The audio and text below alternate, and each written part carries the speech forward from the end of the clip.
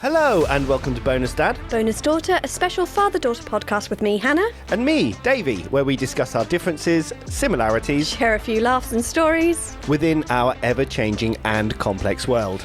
Each week we will discuss a topic From our own point of view. and influences throughout the decades. Or you could choose one by contacting us. Via email, Instagram, Facebook or TikTok. Links in bio. Hello and welcome to a very special episode by Bonus Dad, Bonus Daughter. We're going to talk about evolution, baby. No, we're not. We're talking about driving. Oh.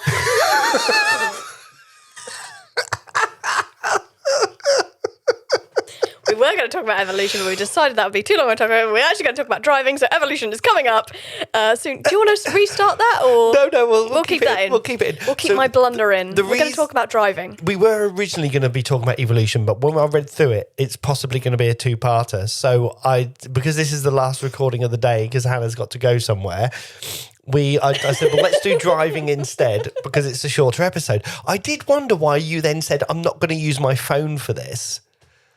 I'm also not going to use my phone for this. I'm ad-libbing. Okay. I'm ad-libbing. Let's go. Okay. Improv.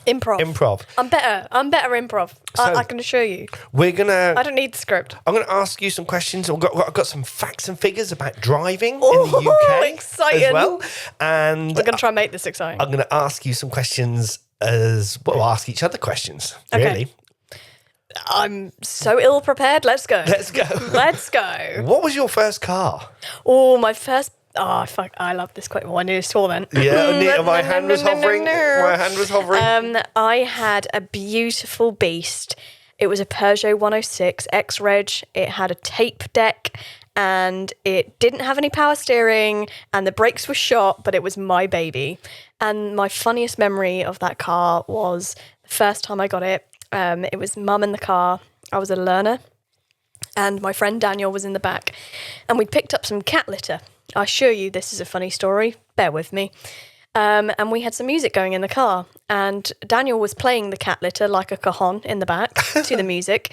And I remember it was the first time I'd ever seen a rev counter in a car because the car I learnt in was modern. Didn't have it had a rev counter, but it's not the dial. Mm-hmm. So I thought I was doing a chill 30. I was actually doing 3,000 RPM or whatever it is on the, whatever the measurement is. Yeah. And I was actually going 60. Really? It felt like a really fast 30. Yeah, I mistook the rev counter as the speedo. Mm-hmm. And that was my first car, and I absolutely loved it. I had a black box fitted to it as well. You did, didn't you? Lower Try my insurance down, yeah. My insurance when I first started driving was around 2,000 a year, which sounds insane now because my insurance now is like not even 100 a year. And I have 9 years no claims bonus. Well done, congratulations. Thank you. I had to replace my driver's license recently. That was a welcome to adulthood situation. But yeah, that was my first car. It was blue, like a navy blue, and it had little dancing people on the seats. They were all like doing like little like moves. Do you remember? I do remember, because it was a 106 Independence. Mm-hmm. So I think it's like made to be someone's first car, and it had all these little people on it. Yeah, and then I had a KA. You did. I had Ford KA. You did, yes. And my KA was a piece of shit. Mm-hmm. And it rusted so much so that I lost my gearbox. So when I pulled out of work once, I only had first and fourth. Mm-hmm. So I had to rev it really hard to get it into fourth.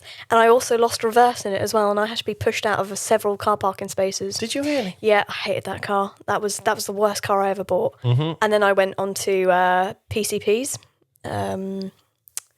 PCP. Is it PCP? When you lease a car? Yeah. Then I leased 3 Toyota Aigos. You did, actually, yeah. I had 2 white ones and then I had a blue one. And then that blue one, we've already told the story of me selling that blue one. That tragic day we spent in Lowestoft the entire day. Oh, God, yeah. So I'm so sorry about that. That's all right.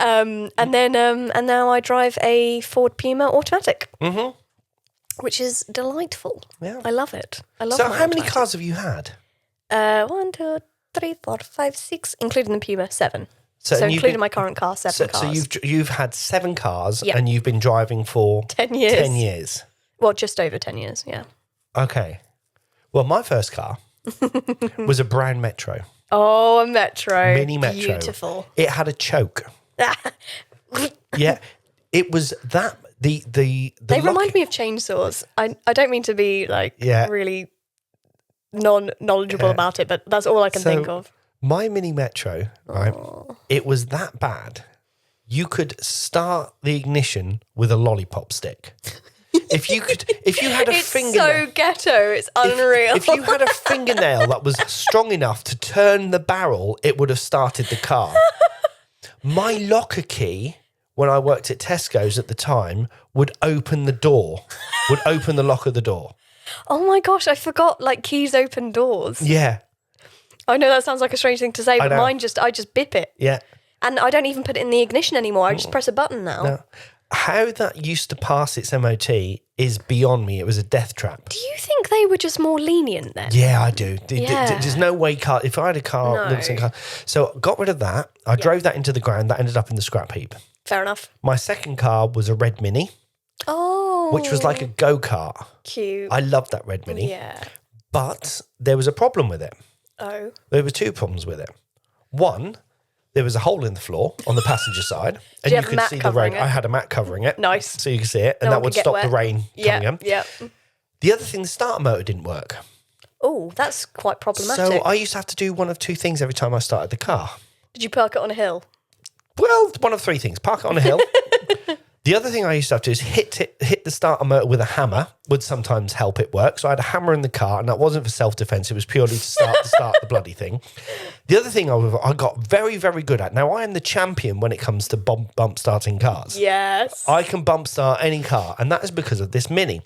And I used to hold the door, hold the steering wheel, run with the car, jump in the car, bump start it. Nice. Nearly every time. There was one time I remember I was on a slight hill and I was at a traffic lights and the car stopped. It stalled and I was like, oh shit, what am I going to? I'm on a slight hill. I can even bump start in reverse. That's how good I am at bump starting cars because of this Mini. Brilliant. Yep. So then the Mini disappeared. So I got rid of the Mini. R.I.P. R.I.P. Mini. That ended up in the scrap heap. I'm noticing a theme. Yeah. I've only had one go to the scrap heap. Yeah. Oh no, it went to auction actually, my KA. But anyway, carry on. My next car was a Mark III Ford Escort. Oh, Ford Escort. Yep. What a great car. I had that for a number of years as well. Yeah, I bet that was quite reliable. Do you know where that went? Scrap heap. Scrap heap.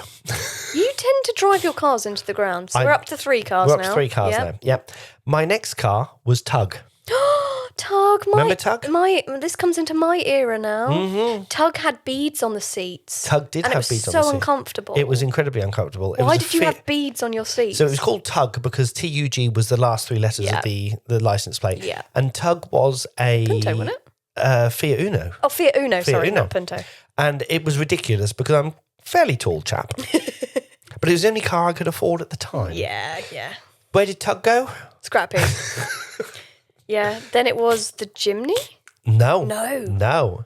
After Tug, it was the thing with the pop-up lights that I bought off the Mazda. The Mazda. Yeah, off Uncle Ian, yeah. So I had Uncle Terry. Oh, Uncle Terry, apologies. So I had the Mazda. It was at Uncle Ian's though, yes, right? Yeah, it was, yeah. Where did that end up? Scrap heap. Yeah. That was a great car. That was an amazing car. Love that. The only thing with the pop-up lights, though, I noticed that the lights used to get dirty. I used to have to wipe them a lot.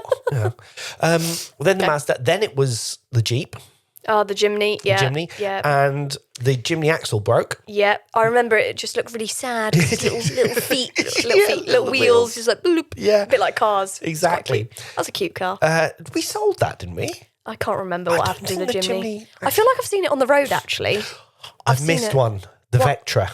Oh, yes. The Vectra. So the Vectra was a purple, it was a plum colour, it was Mum's old car. Yeah. I can't remember what we used to call it, but we called it something because of the licence plate as well. Yeah. I remember that's the first time I've ever seen you properly angry. Mm-hmm. I saw you mash that steering wheel really hard when that broke down on the way to, I think I was going to a friend's birthday party, and I remember saying to you, even as a kid, I was like, don't worry, it doesn't matter if we can't get there, because you were really upset about this car, probably because of the financial situation. That's what it was. It's because I knew it was the head gasket that had gone, and I knew it was just, I had no car. We were on the A11. We were on the A11, and it was one of those, Yeah, I'd forgotten we'd broken down in that I got car. really angry. I did get really angry. I think we got rid of the car after we did. that. Yeah, that ended up in the scrap heap. Yeah. Yep. Then it was the Jimny. Then it was a Jimny. Then No, you had a Rover at some stage. I had the Rover after that. Oh, Rover then. Then it was the Rover. The red Rover. Red I hated Rover. that car. I know. That ended up in was- the scrap heap. That was my granddad's old car. I was going to say, the Rover was such an old man car. It Yeah. had like these horrible leather seats. I hated it. It was horrible. That ended up in the scrap heap. Yep. Yep. It's a And bit of a theme. then I've got the car that I've got now. No, you've had something between that. No. What about the Focus? Oh, yeah, the Focus. Yeah, Focus, which was your mum's car, wasn't it? Oh, yeah. Did you not drive it at some stage? I did do, but it was an automatic. I don't like automatics. I like automatics. And then the car that I've got now. Yeah. And You've had that a while, actually. I've had that 10 years. Really? 10 years. Do you actually own it now, then? I do actually own it now, yeah. Damn. Good for you. And it's still going strong. Yeah. See, that's the thing. I'm one of these people where a car to me is a A tool. to B. It's A to B. Yeah, same here. It's a mode of transport. When people start talking about cars and new models, I switch off. Yeah. You're not a car man. I'm not. You're not I'm a car not a man. car person. That's not. To me, it's an item to get from A to B. Yeah. I know why you don't like automatics, and I was also very against automatic, but it's honestly given me more independence now that I can drive better with it. I must admit, because we went to London last weekend, didn't we?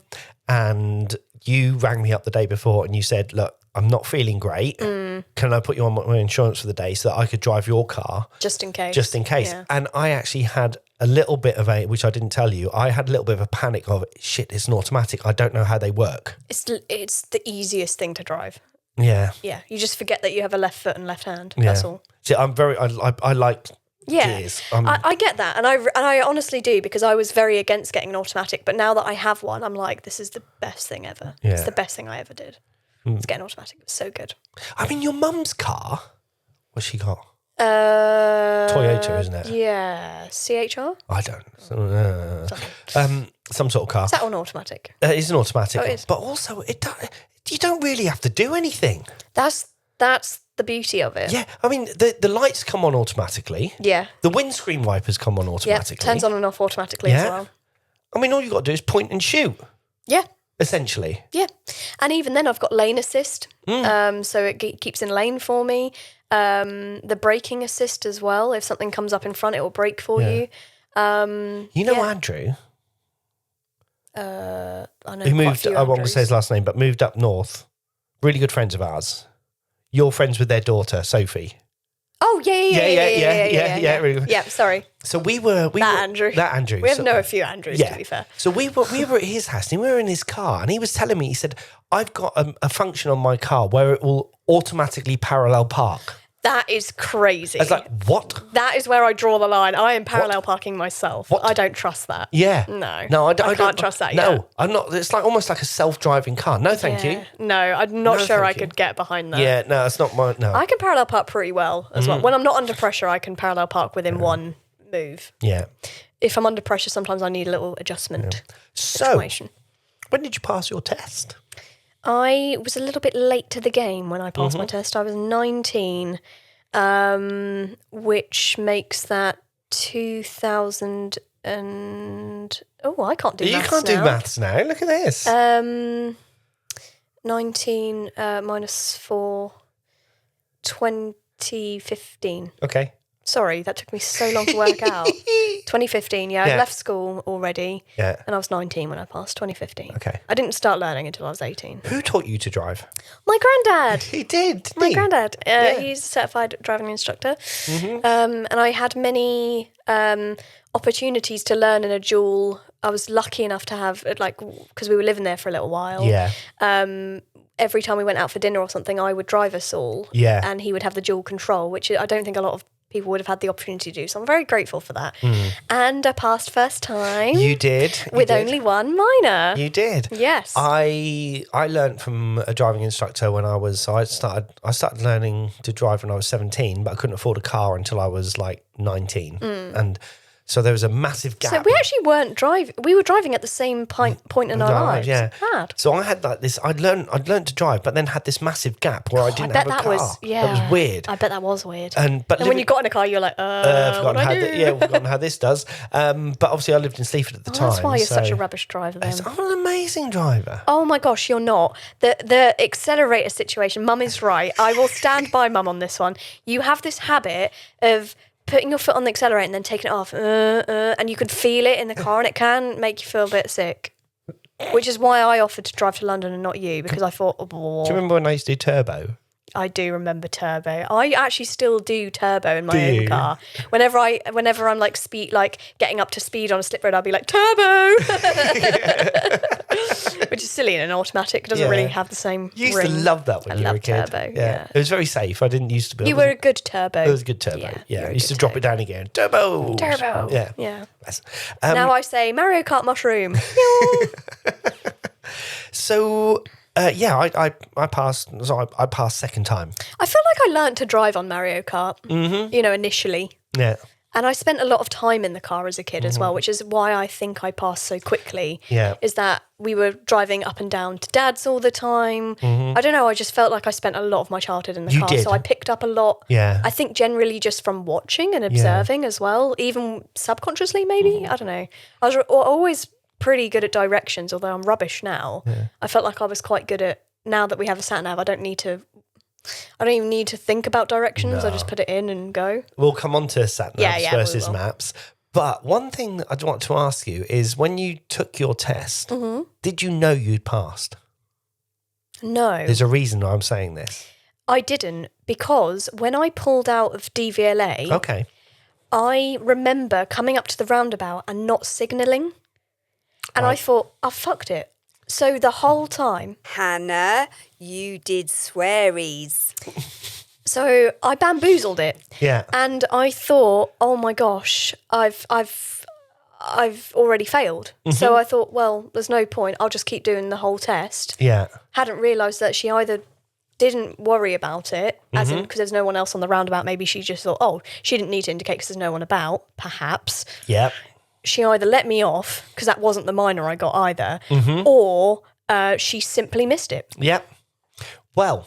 So the rest of the test, I was already failed. So I thought, well, I'll just drive normally. And there was no pressure then. Do you know what? That's really interesting you said that. Same thing happened to me. No way. Not quite like that. But what happened was, like, when my first test, First test. I didn't really know what to expect, and they got in there, and then because when I did the theory at the end, you sit in the car and they just ask you random questions at the theory, like book. 3 questions. Yeah, exactly. We didn't have a theory book. It was more about, can you see that license plate over there? So it was a visual one. Yeah, and then it was, you do a maneuver at the end, and then I think she asked me like 1 theory question, which was really easy. Yeah. I couldn't remember what it was. Well, when I pulled out the test centre, as I went past, I thought I got too close to a cyclist on the second time. Same thing. I thought, that's it, I failed. Yeah. So I the didn't pressure, care.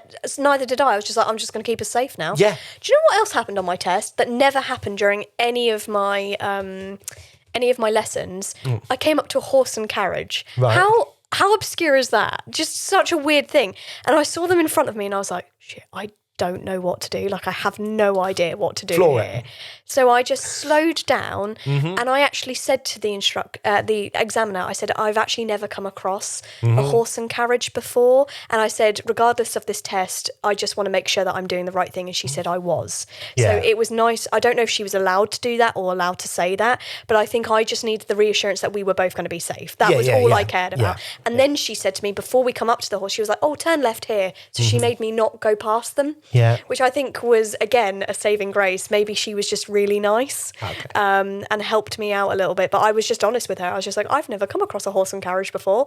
And I think I obviously did the right thing. I slowed down enough and that was that. But yeah, I think I got a really nice examiner. I think it was nice having a woman, like, she was asking me, oh, what are you studying? And I was like, oh, psychology. And like, yeah, and then we were just chatting away in the car to that. Follow the signs to the airport. Do you remember? Yeah. Yeah. But I never learned to drive with the sat-nav stuff. That's coming sooner. That's a new regulation that came in well after I passed. I mean, let's talk about sat-navs and maps. Let's go for it. Obviously, when I first started to learn to drive, I used to have to, I think you did as well, look at a map, work out No. which roads you were going on, and drive. I never used a map. You've Not never used a once. map? Not to drive, no. No. The only thing I remember is you guys printing out like the AA route planners. Do you remember that? Yeah. And then you'd print them out and then I'd have them on my lap and I'd read it out every now and then. But Yeah. that I never drove with maps. I always helped you with the maps. Yeah. I don't ever remember thinking, oh, I need to print them out on a map for this. Yeah. But I would look at a map beforehand, or even sometimes look at the map while you're in the car. Yeah. And work it out, especially Yeah. if you come somewhere like Birmingham, you've got bloody Spaghetti Junction, you're screwed. Yeah, you are buggered. And especially, like, I used to hate driving in London as well, because London is just full of one-way systems. So And you can get a lot of trouble if you do something and wrong. If I remember once, Massive fines. it was me and my mate Gary, who does now live in London. We would go in somewhere, because like whenever I used to go to London. Is that the guy you used to park outside his house? Yeah. I used to. Thanks, Gary, for always having a car parking space for my father. Yeah, bless him. Appreciate that. Yeah, when he used Does to. he listen to the podcast? He does, yeah. Ah, yeah. hi, Gary. Yeah, when he moved down to London, and I would go down to London quite a lot, because Gary didn't have a car, but I would literally park outside his house. Brilliant. And then I would get the tube at Stratford, and then but now we go to Epping, don't we? And, Yeah, we do, yeah. But yeah, I can't remember where we were going. Me and Gary were in the car. I was driving, and we were stuck on this one-way system, and we were like, we can see where we need to be. It's literally there, but how do we get there? Yeah, how? How Always do we the question. get? Because it was all one-way systems. It was a bloody nightmare. So yeah, maps and signs, how we used to do it, but sat navs. Now you've got a sat nav. You just plummet. Do you use the sat nav nearly all the time? Do you know what? I've actually got into a habit, even though I know where you live and I know how to get there, I put the sat nav on to make sure I wouldn't hit any traffic. That's what I do now. I do the same. Yeah. I use the sat nav pretty much everywhere I go, even if I know where I'm going. I do. Yeah. And it is to see what time I'll get Yeah. there. I know the way to climbing and I know the way home from Yeah. climbing, which is probably the trip that I do the most because I don't ever leave the house for work or anything. That trip, I know inside out and back to front, but I always use the sat nav. Oh, okay, it's going to be 2 minutes quicker doing it in this way. So I just take that route instead. Yeah. Yeah. I don't often look at it, but I might look at it and think, how long have I got? No other than Yeah. the route. It's like, how long How long have I got? got? It's the time. Yeah. I like beating the time as well. Yeah, it's Satisfying. I know.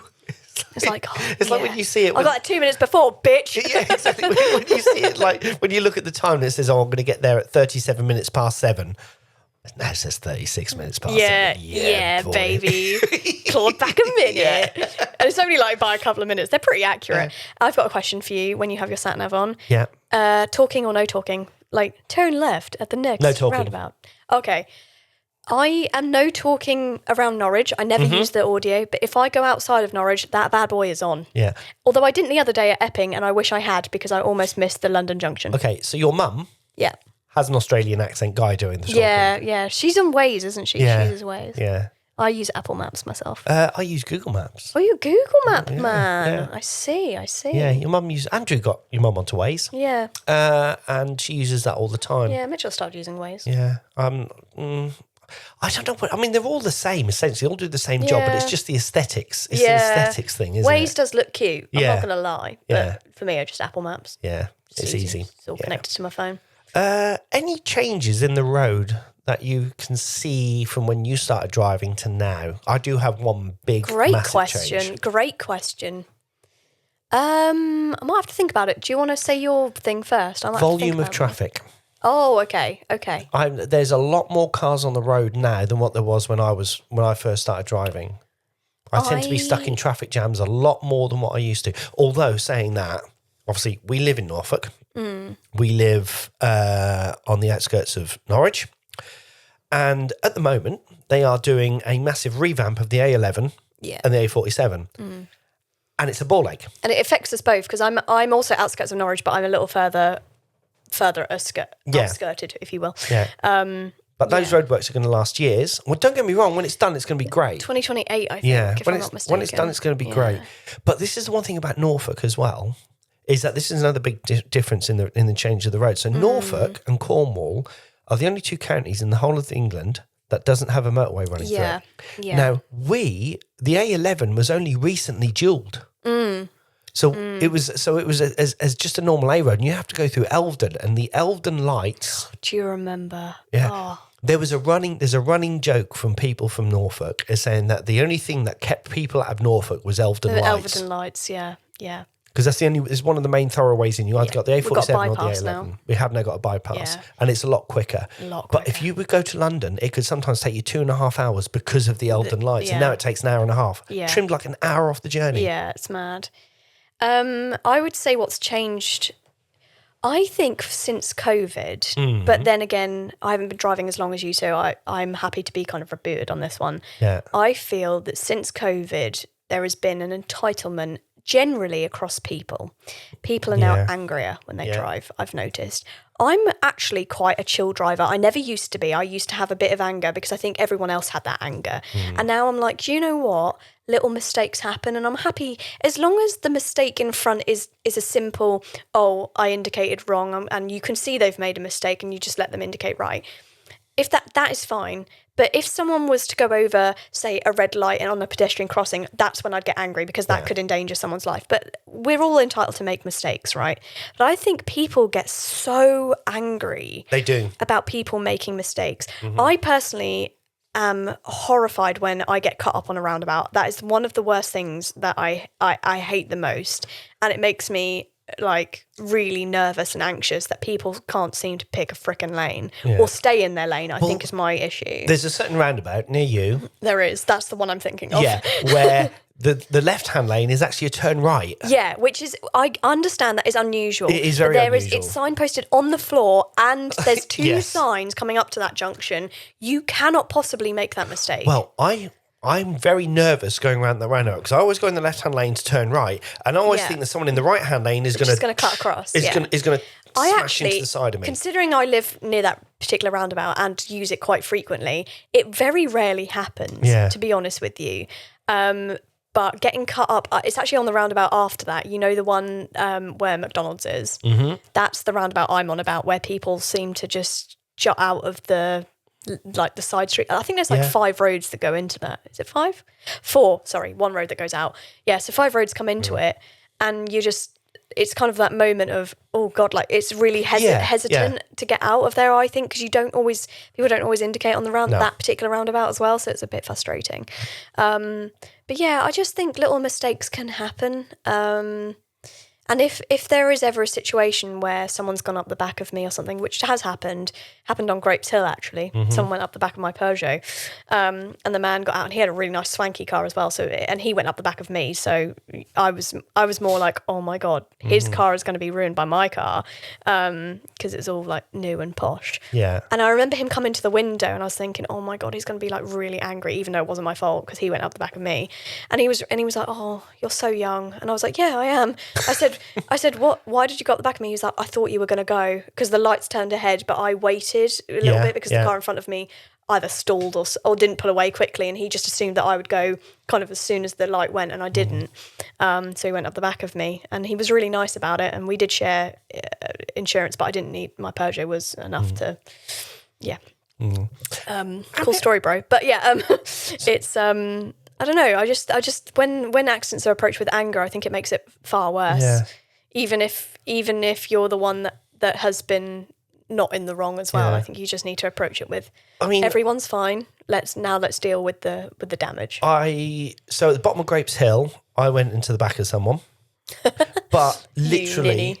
It's so easy on Grapes Hill, I think. Yeah. But what happened there? Very stop-start, there wasn't even a scratch on either car. It was so slow. Yeah. It was because we were going in the filter lane traffic and the car started. It was a bump. And I was like, oh shit, I got out of the car, he got out of the car, and we both looked and I went, is your car all right? And he went, yeah. He says, yours? I went, yeah. Nothing's wrong. I went, all right, see you then. Yeah. It was like, kind of like, sorry. Yeah, he's like, sorry. Yeah. The only car accidents I've been upside down in the car twice. Yeah, we have. Once with you. Yeah. And once when I was probably about 21, but I was a passenger. Oh. The car went on its roof. I've been in a ditch as a passenger once. That was where someone hit the side of the verge and it just pulled the car in and we ended up like that. Mm-hmm. We're on our way to Lincoln. And they're the only car accidents I've never actually had. Touch wood. I've never had an accident where I'm the driver. Yeah. Yeah. Touch wood. The only other obviously accident I had was when Mitchell and I hit that boulder in the middle of the road. Yeah, that was really bad. That was. Mitchell did. There was no way you could have seen that. No. Mitchell really blames himself for that accident, but Yeah. honestly, that it was in a dip. There is. We weren't going too fast. No. It was the lowest road. It is a fast road. It was going 50, which is the speed. Yeah. It was in a dip. There was just no way we could have known. That buggered up the bottom end of his car, didn't it? Oh my, it took out way more than that. Yeah. It took out. So the brake fluid was all over, piston all over the floor. Yeah. It took out the radiator. That was Yeah. the biggest chunk, and then there was radiator fluid everywhere too. Yeah. And Mitchell managed to slow down enough to get into a lay-by. That's the only thing we could do. And I felt even worse for the other lady coming the way because we'd shredded the rock. The rock had gone all over the road, and then she shredded all 4 tyres, didn't she? She did. She was a really elderly lady as well. That was bless her. horrible. Yeah. There's nothing we could do. We only had.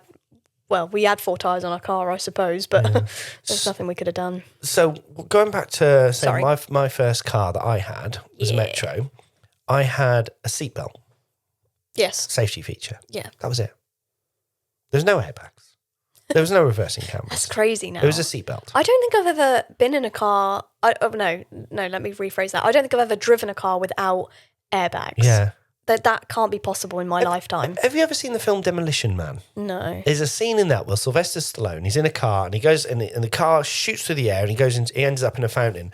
And what happens is the entirety of the air, the interior of the car ends up foam. And it just completely encases him. And then he's punching his way out of this foam. And he's just like, what the hell's this?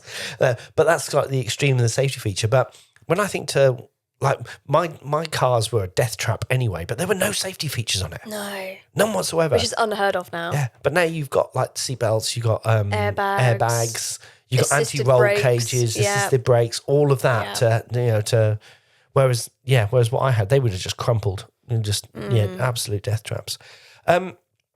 And yeah, the reversing camera. I mean, your mum uses that all the time. Oh my gosh, that is the one thing I miss about my Toyotas was I've missed the reversing camera. Yeah. The beeps just don't do it for me. Mm-hmm. I just don't like them as much. They're Do you know annoying. something? Go on. Mine's buggered. My sensors are buggered. Oh. So I'm old school. Back You're again. old I'm school. eyes. Nice.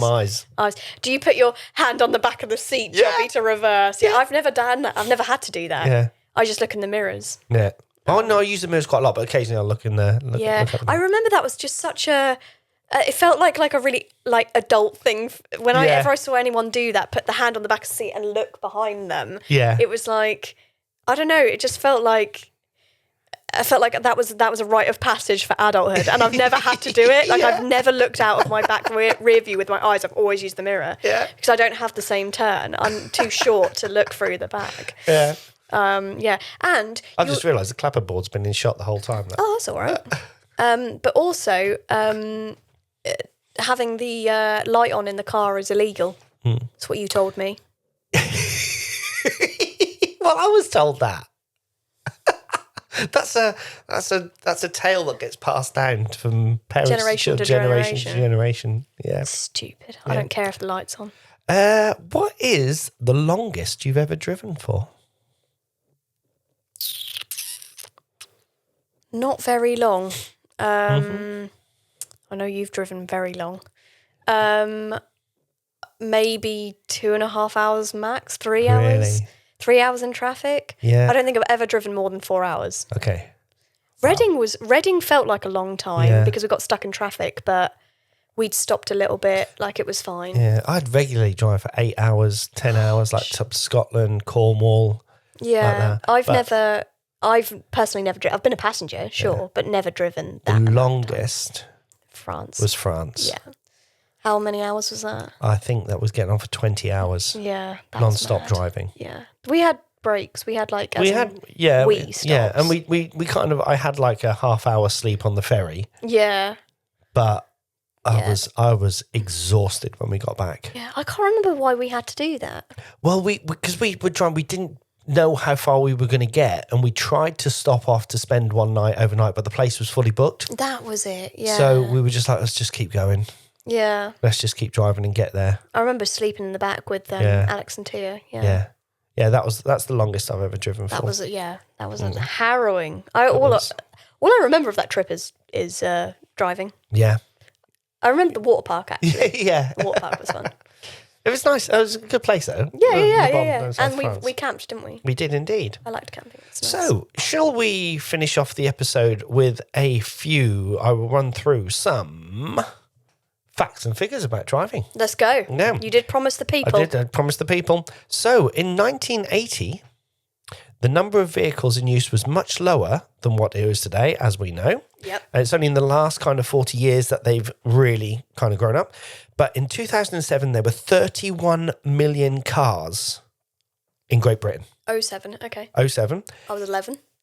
At 2023, that had risen to 41.2 million. So another 10 million in that short space of time.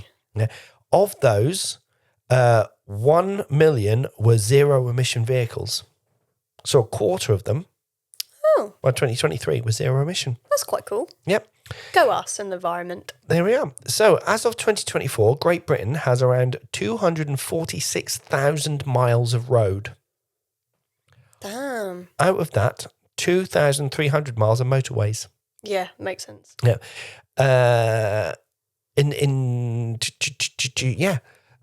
In 2023, there were 1.6 thousand fatalities on the roads.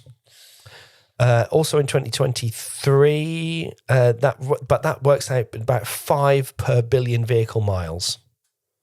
It's actually quite so little. It's quite short. It's small. So the UK is seeing a major shift to electric as of December 23. We sort of said that 1 million licensed zero emission vehicles. Electric car registrations are growing fast. In 2020, there was a 184% increase in registering of electric vehicles compared to the previous year. Damn. Teslas. So that is kind of Reserved for the elite. Yeah, as we know, the UK government is trying to phase out pure petrol/diesel cars to help meet its net zero goals. I still have a petrol. You have a hybrid? I do have a hybrid. Yeah. Your mum has a hybrid as well. Yeah. And at work, we've got a hybrid.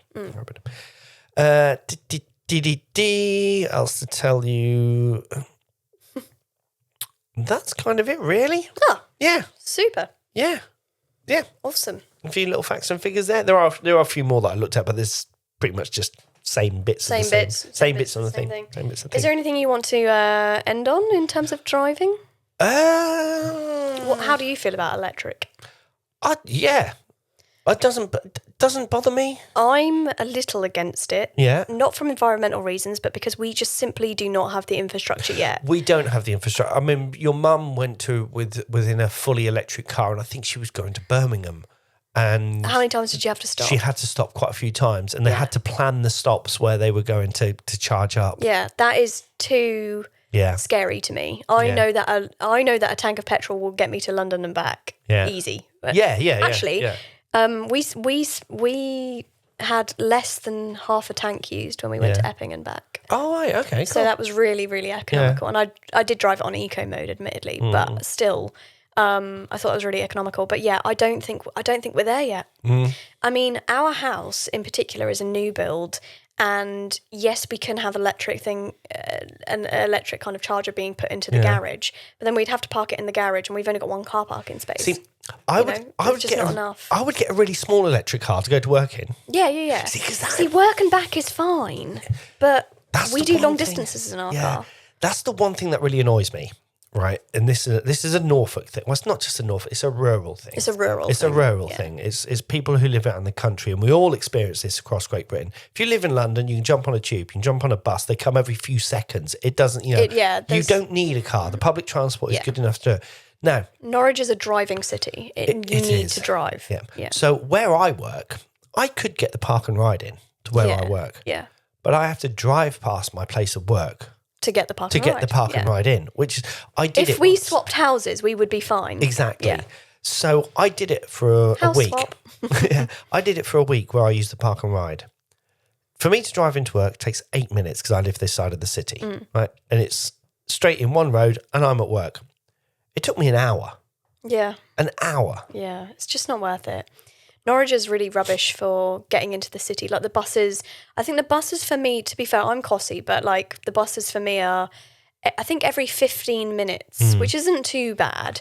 If you compare that to London on a tube, when tubes come every 2 minutes, 3 minutes, like if 2 that, 3 minutes, you know, it's. Well, I went. It's longer to wait. And to get home, we only have one bus that leaves at, I think, like 10:30.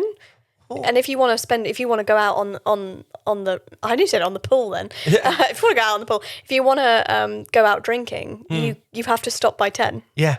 And most places aren't even open until 11. So Exactly. It's really silly. So I went out a couple of weeks ago with some friends from work, and I said to you, I even rang you, didn't I, and said any chance of a lift in, and you rejected it. I did. You did. Our car was full of stuff for the tip. And so I got the bus in. Yeah. But even then, I had to get the bus into the city centre and then walk to where they were, because buses don't go to that part of the city. I know.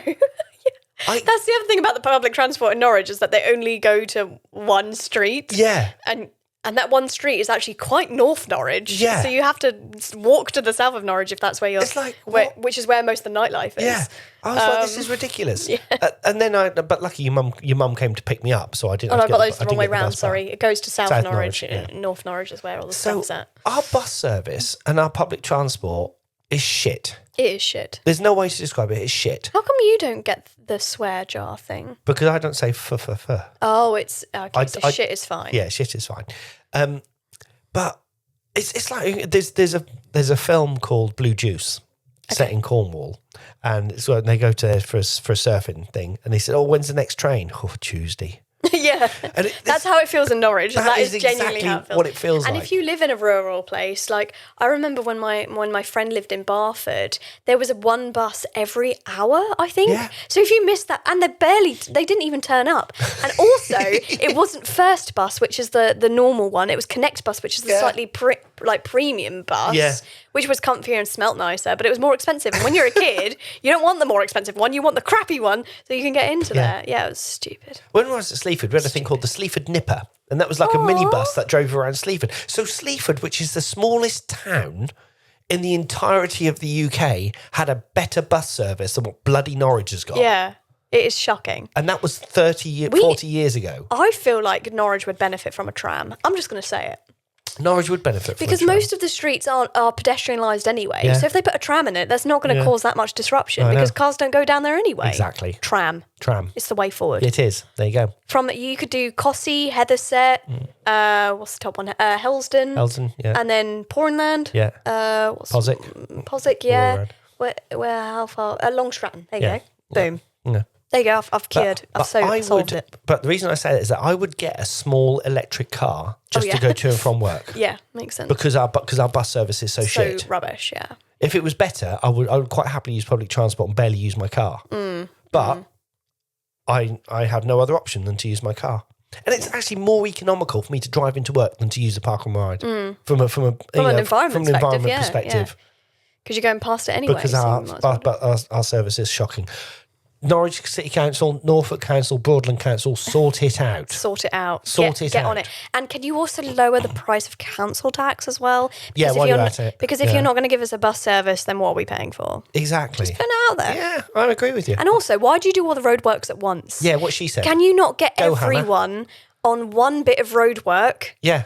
And then get it done quicker, and then move them on to another bit of road work. Why do you have to do all the little road work with only like 3 men or women doing the job? Yeah. And then, you could just, your project management is out. And then you close the thing off completely at night when you've closed it off part of during the day. Yeah. And we then divert through. What are you doing? And then we have to go on the B1159 in our old Sierra. It's really annoying. Oh, well done. Nicely played. Thank you. Oh, I haven't heard that. Driving our Sierra down the B1159. Yeah? Yeah. For those of you who don't know, there was a band.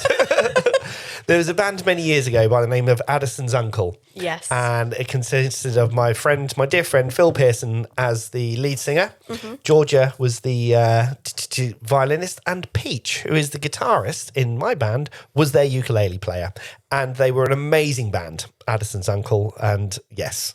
And they had a song called the B1159. Which he hated, didn't he? What, Peach or Phil? I feel like Phil hated it. He didn't hate it. He did have a niece called Addison, which is why they were called Addison's Uncle. Which is cute. Yeah. And no, because the B1159, it was his childhood thing, is that they always used to drive on that road, which is why I wrote the song. Yeah. But one year at Ferry Fest, right, while Addisons were playing at Ferry Fest, they drove the Sierra into the tent. was. It was hilarious. Brilliant. It was absolutely brilliant. But I haven't heard B1159 for ages. You're welcome. Yeah, brilliant. Well done. Is it on YouTube? Yeah, it's on Instagram? YouTube. Yeah. What's the word? Spotify. Yeah. Oh, right. Yeah, Addison's on there. Yeah. I'll listen to it on the way home. Yeah, there you go. Cool. All right. Well, if you enjoyed this podcast episode on driving, not evolution, or the evolution of driving, maybe we should. It's the evolution The of driving. evolution of driving. Yes, Here we go. You heard it here first, folks. So if you enjoyed this episode of Bonus Dad, Bonus Daughter, I've got plenty in the bank. The only thing left to say is cue the outro. Gonna drive this old Sierra down the B1159. Sure, there may be faster routes that could take half the time. The kids have almost gone insane, the wife, but I don't mind. Gonna drive this old Sierra down the B1159. On our way back from Nottingham to see family and friends, staying with the in-laws sure drives you round the bend, but instead of heading straight back home to bring pain to an end, gonna take the longest route I can through Bacton Side, Strand over Strand. It's such a kind of local joke. Thanks for joining us on Bonus Dad, Bonus Daughter. Don't forget to follow us on all our socials and share the podcast with someone who'd love it. We are available on all streaming platforms. See you next time. Bye-bye.